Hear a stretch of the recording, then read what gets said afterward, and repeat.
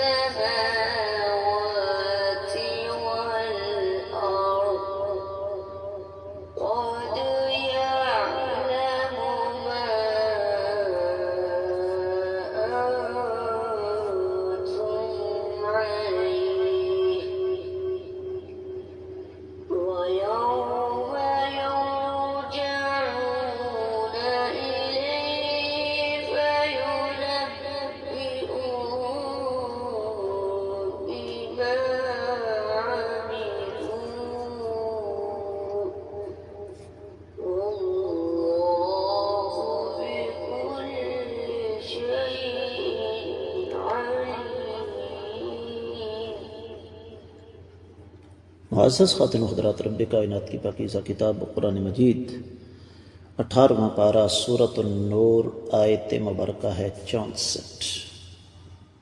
اللہ رب العزت ارشاد فرماتے ہیں: الا، خبردار رہو، ان بے شک للہ، اللہ کے لیے، ما جو بھی ہے، فی السماوات، آسمانوں میں، والارض، اور زمین میں، قد یعلم، یقینی طور پر اللہ تعالی جانتے ہیں، ما جو انتم تم ہو، علیہ اس پر، یعنی جس پر تم ہو، ویوم، اور جس دن، یرجعون، یہ سب لوٹائے جائیں گے، الیہ، اللہ رب العزت کی طرف، فینبئہم، اور اللہ تعالی ان کو بتائیں گے، بما، جو کچھ، عملوا، انہوں نے اعمال سر انجام دیے، واللہ، اور اللہ تعالی، بکل شیء، ہر چیز کا، علیم، علم رکھنے والے ہیں۔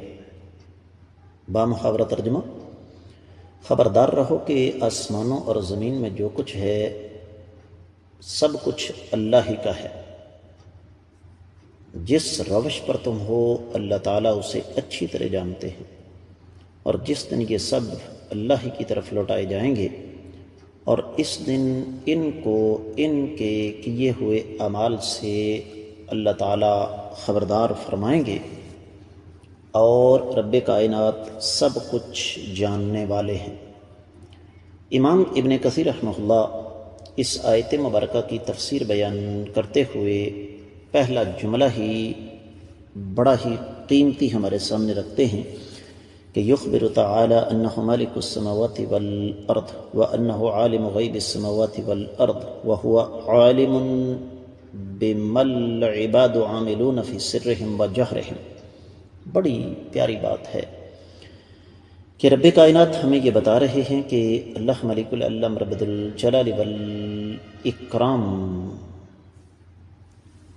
زمین و آسمان کے مالک ہیں اور زمین و آسمان کے غیب کے جاننے والے ہیں، اور بندوں کے اعمال سے بخوبی آگاہ ہیں کہ بندے جلوت اور خلوت میں کیا اعمال سر انجام دیتے ہیں، جس طرح کہ پچھلی آیت مبارکہ میں فرمایا قد یعلم اللہ الذین یتسللون منکم لواذا، اے نبی صلی اللہ علیہ وسلم جو لوگ آپ کی مجلس سے چپکے سے کھسک جاتے ہیں آپ کے علم میں لائے بغیر، اللہ تعالیٰ ان کے بارے میں اچھی طرح جانتے ہیں۔ سورۃ الاحزاب آگے آ رہی ہے، اس کی 33ویں آیت مبارکہ امام ابن کثیر رحمۃ اللہ علیہ لے کر آئے قد یعلم اللہ المعوقین منکم والقائلین لإخوانہم ہلم الینا ولا یأتون البأس الا قلیلا۔ پھر سورۃ المجادلہ آگے آ رہی ہے، اس کی پہلی آیت مبارکہ ہے قد سمع اللہ قول التی تجادلک فی زوجها وتشتکی الی اللہ واللہ یسمع تحاورکما ان اللہ سمیع بصیر۔ سورۃ الانعام ہم پیچھے پڑھ کے آئے، 33ویں آیت مبارکہ ہے۔ رب کائنات ارشاد فرماتے ہیں قد نعلم انہ لیحزنک الذی یقولون فانہم لا یکذبونک ولکن الظالمین بآیات اللہ یجحدون۔ اور پھر سورۃ البقرہ کی 144ویں آیت مبارکہ ہے قد نرى تقلب وجهك في السماء فلنولينك قبلة ترضاها۔ ان تمام آیات مبارکات کا بنیادی مفہوم ایک ہی ہے کہ اللہ ملک الاعلی مربد الجلال والاکرام تم میں سے ہر ایک کے دلوں کے رازوں کو بہتر جانتے ہیں، تمہاری سرگوشیوں کی بھی اللہ تعالیٰ بہتر جانتے ہیں۔ اور اے نبی صلی اللہ علیہ وآلہ وسلم، یہ لوگ، یہ ظالم جو آپ کو جھٹلاتے ہیں، اس وجہ سے آپ دلی طور پر پریشان ہوتے ہیں، تو اللہ تعالیٰ اس سے بھی بخوبی جانتے ہیں۔ اور یہ بھی اللہ تعالیٰ کو پتہ ہے کہ آپ نے اپنا چہرہ مبارک آسمان کی طرف اٹھایا اور آپ کے دل میں یہ تھا کہ اللہ تعالیٰ قبلہ تبدیل کر دیں، تو ہم ضرور اس قبلے کو آپ کے لیے تبدیل کر دیں گے جس سے آپ راضی ہو جائیں۔ اور آپ امام ابن کثیر رحمۃ اللہ علیہ اس حوالے سے فرماتے ہیں کہ مؤذن کہتا ہے قد قامت الصلاۃ، یقیناً نماز کھڑی ہو گئی۔ تو ابن کثیر رحمۃ اللہ علیہ سورۃ الشعراء کی 217، 18، 19 اور 20ویں آیت مبارکہ لے کر آئے الذی یراک حین تقوم وتقلبک فی الساجدین انہ هو السمیع العلیم۔ رب کائنات آپ کو دیکھتے ہیں جب آپ کھڑے ہوتے ہیں، سجدوں میں آپ کروٹیں لیتے ہیں، اور اللہ تعالیٰ سننے والے جاننے والے ہیں۔ تو فرمایا رب کائنات نے کہ تم جن اعمال اور عقائد کو اختیار کر چکے ہو، اللہ تعالیٰ کے سامنے وہ تمام چیزیں ہیں۔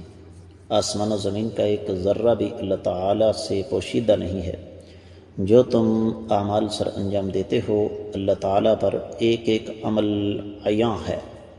پھر سورہ یونس پیچھے ہم پڑھ کے آئے ہیں، 61ویں آیت مبارکہ امام ابن کثیر رحمۃ اللہ علیہ لے کر آئے ہیں وما تكون في شأن وما تتلو منه من قرآن ولا تعملون من عمل إلا كنا عليكم شهودا إذ تفيضون فيه وما يعزب عن ربك من مثقال ذرة في الأرض ولا في السماء ولا أصغر من ذلك ولا أكبر إلا في كتاب مبين۔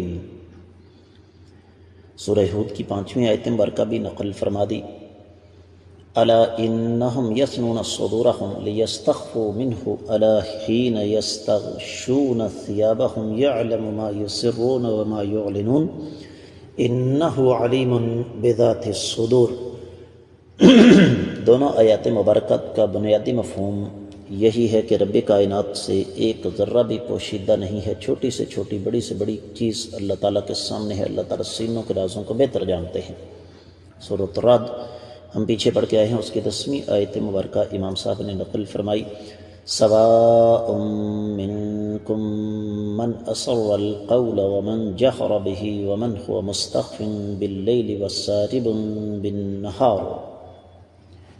سرگوشیاں، بلند باتیں اللہ تعالیٰ ان کو اچھی طرح جانتے ہیں، اور تمام جانداروں کی روزی اللہ کے ہاتھ میں ہے، اللہ تعالیٰ ہر ایک کے حال کو جانتے ہیں۔ یہ سب کچھ لوح محفوظ میں پہلے سے درج ہے۔ سورۃ الانعام ہی کی 59ویں آیت مبارکہ امام ابن کثیر رحمۃ اللہ علیہ لے کر آئے، وَعِندَهُ مَفَاتِحُ الْغَيْبِ لَا يَعْلَمُهَا إِلَّا هُوَ وَيَعْلَمُ مَا فِي الْبَرِّ وَالْبَحْرِ وَمَا تَسْقُطُ مِنْ وَرَقَةٍ إِلَّا يَعْلَمُهَا وَلَا حَبَّةٍ فِي ظُلُمَاتِ الْأَرْضِ وَلَا رَطْبٍ وَلَا يَابِسٍ إِلَّا فِي كِتَابٍ مُبِينٍ۔ غیب کی کنجیاں اللہ تعالیٰ کے پاس ہیں، جنہیں اللہ کے سوا کوئی نہیں جانتا۔ خشکی تری کی ایک ایک چیز کو اللہ تعالیٰ اچھی طرح جانتے ہیں۔ اور پھر سورہ ہود ہی کی 6 آیت مبارکہ ہے، وَمَا مِن دَابَّةٍ فِي الْأَرْضِ إِلَّا عَلَى اللَّهِ رِزْقُهَا وَيَعْلَمُ مُسْتَقَرَّهَا وَمُسْتَوْدَعَهَا كُلٌّ فِي كِتَابٍ مُبِينٍ۔ زمین کا ایک ایک چوپایا اس کا رزق اللہ کے ذمے ہے، ایک ایک پتے کو اللہ تعالیٰ اچھی طرح جانتے ہیں، ہر ایک کے ٹھکانوں کو اللہ تعالیٰ اچھی طرح سمجھتے ہیں۔ اور پھر فرمایا امام ابن کثیر رحمۃ اللہ علیہ نے کہ اس مفہوم کی اور بہت ساری آیات مبارکات اور احادیث ہیں۔